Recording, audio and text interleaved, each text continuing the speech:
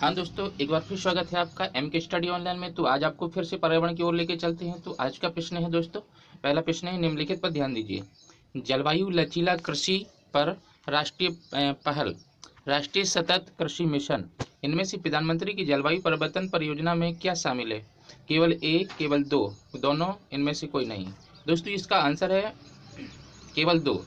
राष्ट्रीय सतत कृषि मिशन प्रधानमंत्री की जलवायु परिवर्तन परियोजना में शामिल है। नेक्स्ट क्वेश्चन है, आईटी टारगेट किससे संबंधित है? आईटी टारगेट किससे संबंधित है? तो दोस्तों इसका क्वेश्चन है Nagoya protocol. Nagoya protocol, IT target Nagoya protocol से संबंधित है। नेक्स्ट क्वेश्चन है आज का, अम्लीय वर्षा ऐतिहासिक इमारतों का नुकसान करती है, इनमें से कौन सी ऐसी प्रक्रिया का अंतिम उत्पाद है? तो दोस्तों इसका आंसर है जिप्सम। क्या है इसका? जिप्सम। अम्लीय वर्षा ऐतिहासिक इमारतों का नुकसान करती है, इसमें से कौन सी ऐसी प्रक्रिया का अंतिम उत्पाद है? जिप्सम। क्लियर। नेक्स्ट क्वेश्चन है, राष्ट्रीय चंबल वन्यजीव अभयारण्य किन तीन प्रदेशों में है? राष्ट्रीय चंबल वन्यजीव अभयारण्य किन तीन प्रदेशों में है? तो इसका आंसर है दोस्तों ए, राजस्थान, मध्य प्रदेश और उत्तर प्रदेश। राष्ट्रीय चंबल वन्यजीव अभयारण्य मध्य प्रदेश, उत्तर प्रदेश और राजस्थान में है। यह है 5400 वर्ग किलोमीटर में फैला हुआ है। यह मुख्य रूप से घड़ियालों, गंगा की डॉल्फिनों आदि के लिए है। क्लियर। नेक्स्ट क्वेश्चन है, जापान की निम्नलिखित दो बीमारियों पर ध्यान दीजिए। मिनमाता इताई इताई, मिनामाता इताई इताई, इन बीमारियों के फैलने की दो वजहें कौन सी हैं? इसके ऑप्शन है दोस्तों, पारा आर्सेनिक, आर्सेनिक पारा, पारा कैडमियम, कैडमियम आर्सेनिक। तो इसका आंसर है सी, पारा कैडमियम। मिनामाता बीमारी का कारण तत्व पारा और इताई इताई बीमारी का कारण तत्व कैडमियम है, कैडमियम है। राइट। नेक्स्ट क्वेश्चन है, नामदाफा राष्ट्रीय उद्यान किस प्रदेश में है? नामदाफा राष्ट्रीय उद्यान किस प्रदेश में है? असम, अरुणाचल प्रदेश, मणिपुर, मेघालय। इसका आंसर है अरुणाचल प्रदेश, बी, अरुणाचल प्रदेश। नामदाफा राष्ट्रीय उद्यान अरुणाचल प्रदेश में है। यह क्षेत्रफल के हिसाब से तीसरा सबसे बड़ा राष्ट्रीय उद्यान है। इसका क्षेत्रफल है 1,00,000, इसका क्षेत्रफल 1,98,000 1,98,523 वर्ग किलोमीटर। इसकी स्थापना 1974 में हुई है। ठीक। क्लियर। नेक्स्ट क्वेश्चन है, जैव विविधता अधिनियम 2002 के बारे में निम्नलिखित कथनों पर ध्यान दीजिए। पहला कथन है इसका, जैव विविधता अधिनियम 2002 के अनुसार भारत सरकार जैव विविधता धरोहरों का विकास करेगी। सेकंड है, स्वदेशी इलाज करने वाले पौधे और हकीमों को जैव विविधता क्षेत्रों में से संस्थानों का उपयोग करने के पहले से अनुमति लेनी होगी। राष्ट्रीय जैव विविधता प्राधिकरण के बिना अनुमति के बिना जैविक संसाधन से संबंधित पेटेंट लागू नहीं किया जा सकता। कौन से कथन सत्य हैं?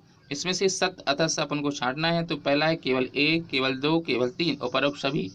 तो इसका आंसर है दोस्तों केवल सी। इसका आंसर है सी, केवल तीन। तो तीन में केवल क्या है? केवल तीन। जो तीसरा पॉइंट पढ़ा था अपन ने, राष्ट्रीय जैव विविधता प्राधिकरण की बिना अनुमति के बिना जैविक संसाधन से संबंधित पेटेंट लागू नहीं किया जा सकता। यही आंसर इसका सही है।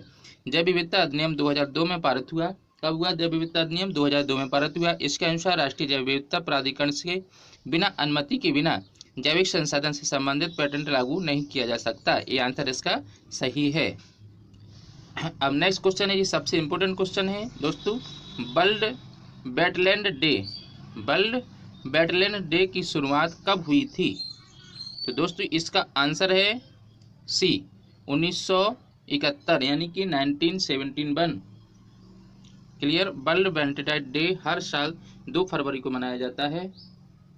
वर्ल्ड वेटलैंड डे हर साल 2 फरवरी को मनाया जाता है। इसकी शुरुआत 1971 से हुई। इसका उद्देश्य विलुप्त होती झील तालाबों को बचाना है। क्या है इसका उद्देश्य? विलुप्त झील तालाबों को बचाना है। इस क्वेश्चन में कई बार कंफ्यूज हो जाते हैं, क्योंकि वेटलैंड डे की जगह वैलेंटाइन डे पढ़ लेते हैं। तो दोस्तों इसमें कंफ्यूज नहीं होइएगा। वर्ल्ड वेटलैंड डे की शुरुआत कब से हुई है? इसका आंसर है 1971। राइट। नेक्स्ट क्वेश्चन है, केंद्रीय प्रदूषण नियंत्रण बोर्ड द्वारा आवासीय क्षेत्रों में अधिकतम ध्वनि सीमा कितनी हो सकती है? केंद्रीय प्रदूषण नियंत्रण बोर्ड द्वारा आवासीय क्षेत्रों में अधिकतम ध्वनि सीमा कितनी हो सकती है? 50 डेसिबल, 55 डेसिबल, 60 डेसिबल, 65 डेसिबल। तो दोस्तों इसका आंसर है, करेक्ट आंसर है बी, 55 डेसिबल, यानी कि 55 डेसिबल। केंद्रीय प्रदूषण नियंत्रण बोर्ड द्वारा आवासीय क्षेत्रों में अधिकतम ध्वनि सीमा 55 डेसिबल हो सकती है। राइट। नेक्स्ट क्वेश्चन है, बिलिगिरी रंगा मंदिर वन्यजीव अभयारण्य किस प्रदेश में है? बिलिगिरी रंगा मंदिर वन्यजीव अभयारण्य किस प्रदेश में है? तो दोस्तों इसका आंसर है कर्नाटक, सी आंसर इसका कर्नाटक सही है। बिलिगिरी रंगा मंदिर वन्यजीव अभयारण्य कर्नाटक में है। यह 540 वर्ग किलोमीटर में फैला है। इसकी स्थापना 1974 में हुई। तो दोस्तों आंसर क्लियर हुआ। नेक्स्ट क्वेश्चन, आज का जो नेक्स्ट क्वेश्चन है उसकी तरफ अपन चलते हैं। दोस्तों आज हम आपको 20 क्वेश्चन देंगे, 10 क्वेश्चन हो गए हैं। इसके बाद आज का जो 11वां क्वेश्चन है उसके बारे में अपन बताते हैं। निम्नलिखित में से कौन सी संख्याओं की पारस्परिक पिरामिड केंद्र में व्यापक हैं? निम्नलिखित में से कौन सी संख्याओं की पारस्परिक पिरामिड केंद्र में व्यापक हैं? गॉसलैंड पारिस्थितिकी तंत्र, तालाब पारिस्थितिकी तंत्र, परजीवी खाद्य श्रृंखला, वन पारिस्थितिकी तंत्र। तो इसका आंसर है वन पारिस्थितिकी तंत्र। वन पारिस्थितिकी तंत्र पारिस्थितिकी पिरामिड के केंद्र में है। राइट। नेक्स्ट क्वेश्चन है, निम्नलिखित कथनों पर ध्यान दीजिए। वन्यजीव क्षेत्रों, रिजर्व और प्रोटेक्ट क्षेत्रों में मनुष्यों का हस्तक्षेप लिविंग लेबोरेटरी कहा जाता है। सेकंड है, वन्यजीव रिजर्व में किसी भी अनुसंधान की परमिशन नहीं है। कौन सा कथन सत्य है? केवल ए, केवल दो, एक और दो, कोई नहीं। तो दोस्तों इसका आंसर है ए, केवल एक में है। केवल पहला कथन सत्य है, क्योंकि वन्यजीव रिजर्व क्षेत्रों में शासन का आदेश लेकर बिना पशुओं को क्षति पहुंचाए अनुसंधान किया जा सकता है। राइट। नेक्स्ट क्वेश्चन है, विश्व का पहला ओजोन परत संरक्षण के लिए सम्मेलन कहाँ हुआ? जो विश्व का जो पहला ओजोन परत संरक्षण के लिए सम्मेलन हुआ था वो कहाँ हुआ था? इसका आंसर देना अपन को। दोस्तों इसमें ऑप्शन है वेनिस, बेना, दिल्ली, टोक्यो। तो इसका आंसर है, करेक्ट आंसर है इसका बी, बेना। सबसे पहला जो ओजोन संरक्षण के लिए सम्मेलन हुआ था वो कहाँ हुआ था? बेना में। इसमें क्या हुआ था? ओजोन परत संरक्षण के लिए पहला सम्मेलन 1985 में ऑस्ट्रिया की राजधानी बेना में हुआ था, जो 1988 में लागू हुआ। इसे 196 देशों में लागू किया जा चुका है। कितने देशों में? 196 देशों में लागू किया जा चुका है। नेक्स्ट क्वेश्चन है, किन जंगलों में 1932 में भारत की पहली बाघों की जनगणना हुई? किन जंगलों में 1932 में भारत की पहली बाघों की जनगणना हुई? काजीरंगा, पलामू, रणथंभौर, गिर। तो दोस्तों इसका आंसर है बी, पलामू। पलामू के जंगलों में 1932 में भारत में पहली बार बाघों की जनगणना हुई। नेक्स्ट क्वेश्चन है दोस्तों, पिट्टी पक्षी अभ्यारण्य कहाँ है? पिट्टी पक्षी अभ्यारण्य कहाँ है? तमिलनाडु, केरल, अंडमान निकोबार द्वीप समूह, लक्षद्वीप। पिट्टी पक्षी अभ्यारण्य कहाँ है? तमिलनाडु, केरल, अंडमान निकोबार द्वीप समूह, लक्षद्वीप। तो इसका आंसर है दोस्तों, आंसर करेक्ट आंसर है डी, पिट्टी पक्षी अभ्यारण्य लक्षद्वीप में है। नेक्स्ट क्वेश्चन है, विश्व जल दिवस कब मनाया जाता है? ये भी बहुत इंपॉर्टेंट क्वेश्चन है, कई बार एग्जाम में पूछा गया है। विश्व जल दिवस कब मनाया जाता है? विश्व जल दिवस, करेक्ट आंसर इसका है बी, 22 मार्च। विश्व जल दिवस 22 मार्च को मनाया जाता है। इसका उद्देश्य विश्व के सभी देशों को स्वच्छ जल की उपलब्धता सुनिश्चित कराना है। Right answer. नेक्स्ट क्वेश्चन है, साइलेंट वैली नेशनल पार्क कहाँ स्थित है? ये कई बार परीक्षा में पूछा गया है। साइलेंट वैली नेशनल पार्क कहाँ स्थित है? तो इसका आंसर है केरल, कर्नाटक, तमिलनाडु, आंध्र प्रदेश। तो इसका आंसर है first Kerala. Silent valley national park Kerala में है। यह केरल के पलक्कड़ जिले में है। यह नीलगिरी पहाड़ में है और यह 236.74 वर्ग किलोमीटर में फैला हुआ है। आंसर करेक्ट हुआ। नेक्स्ट क्वेश्चन है, परम्बिकुलम वन्यजीव अभ्यारण्य कहाँ है? परम्बिकुलम वन्यजीव अभ्यारण्य कहाँ पर स्थित है? तो इसका ऑप्शन है केरल, तमिलनाडु, आंध्र प्रदेश, कर्नाटक। तो इसका आंसर है दोस्तों केरल। परम्बिकुलम वन्यजीव अभ्यारण्य केरल में है। यह पलक्कोड जिले में है। यह 89 वर्ग किलोमीटर में फैला हुआ है। Answer clear. नेक्स्ट क्वेश्चन है, IUCN द्वारा जारी खतरे में प्रजातियों की निम्नलिखित लिस्ट पर ध्यान दो।